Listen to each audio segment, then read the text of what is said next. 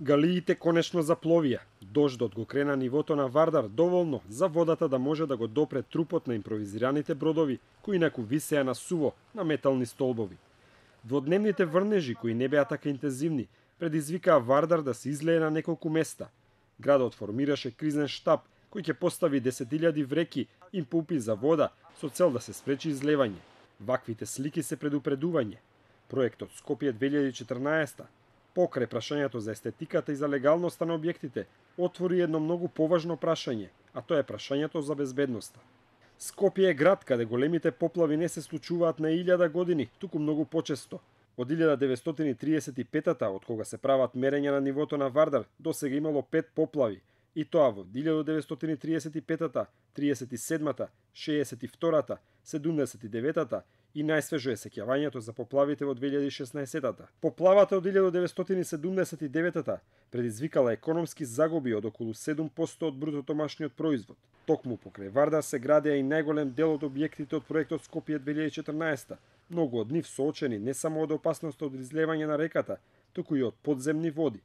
Панорамското тркало и галиите ја намалуваат и проточноста на реката, зголемувајќи ја можноста од поплави. Она што треба да го знаат граѓаните е дека ако ни се случи поплава од калибарот 79 година, заради изграденоста на градот, да речем, студијата за поплави на град Скопје, а таа може да се случи во секое време, Стајковци никој не го планираше, па знаете дека не се случи од несој животи, значи една средна поплава градот би го коштало 257 милиони евра. Штетите. Шилегов ја стопираше изградбата на некои од објектите, како панорамското тркало, шпанските скали и фасадите во централното подрачје. Секако, тоа нема да значи директна заштеда на пари, бидејќи фирмите кои ги добиле тендерите може да го тужат градот. Втората опасност покрај водата е огнот. Пожарот на фасадата на Елем во февруари лани потврди дека преобликувањето на зградите со нови фасади може да биде потенцијално опасно. Овие драматични снимки не се од Скопје, туку од Лондон и од Баку, каде имаше пожари во згради чии фасади беа изведени на ист начин како и оние од проектот Скопје 2014. Пожарот во Баку однесе 15 жртви, а во Лондон имаше 17 жртви. Британските медиуми го нарекоа случајот убиство од небрежност, бидејќи фирмата што ја менувала фасадата одбрала ефтини градежни материјали.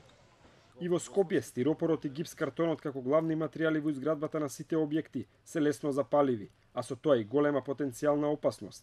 Поради естетските, политичките, но и поради безбедносните причини, сега сериозно се размислува и за менување на некои од фасадите со помодерен лик, но и за дислоцирање на дел од спомениците.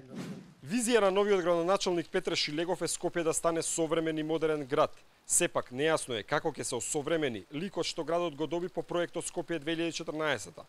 Секоја промена на фасадите или дислокација на споменици ќе значи и дополнителни трошоци за градот или за државата.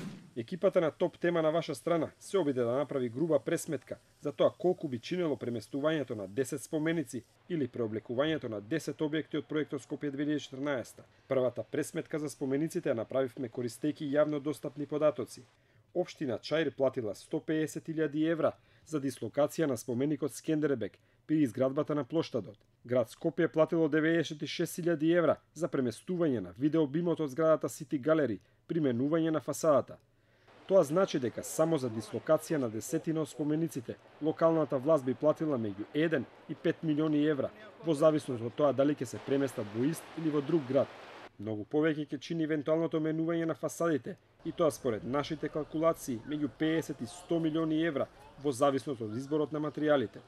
Тука треба да се пресмета не само цената за монтажа на новите, туку и за демонтажа на веќе постоечките. Но сето ова засега е импровизација, како што е импровизиран и безбедносниот систем за заштита од поплави инсталиран на самите галии.